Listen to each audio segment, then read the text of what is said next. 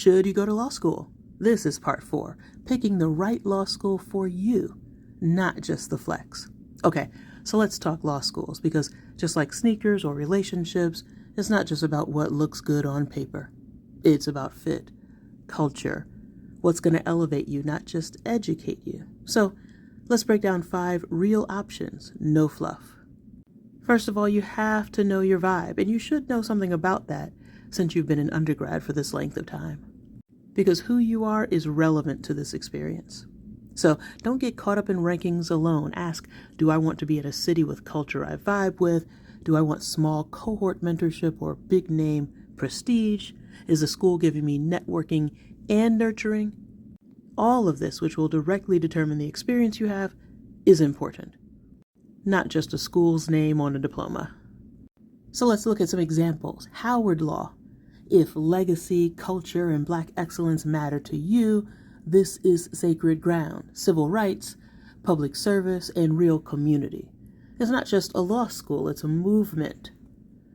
There's also the University of Texas. If you want strong alumni networks, big firm placements, and you're good with Texas heat and barbecue, boom.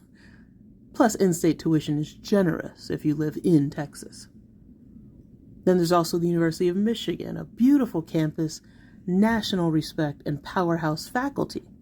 But there are cold winters, and competitive vibes are real, so know yourself, know what type of environment you do best in.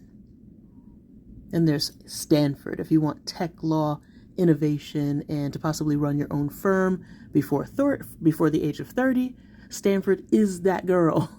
The alumni is top tier, the tuition is a lot, but the return on investment is very strong.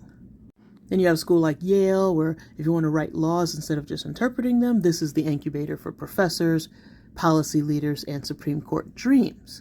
But don't go unless you love theory. Yale is deep.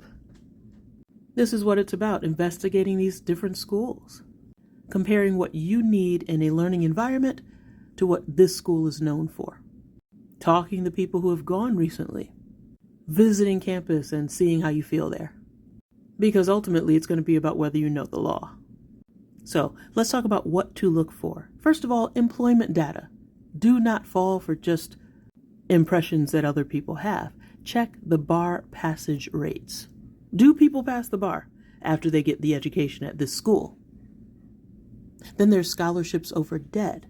Negotiate the scholarship offers like you're in court.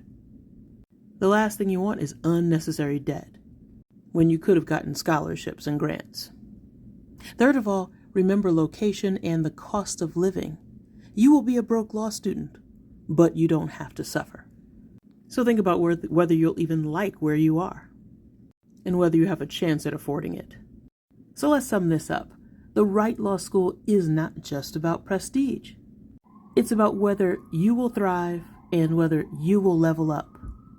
This may seem like I'm hating on prestige.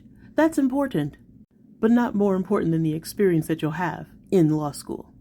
It's not more important than the networking that you'll do and the people that will help you through the process. It's not more important than the opportunities to clerk or to intern in various places.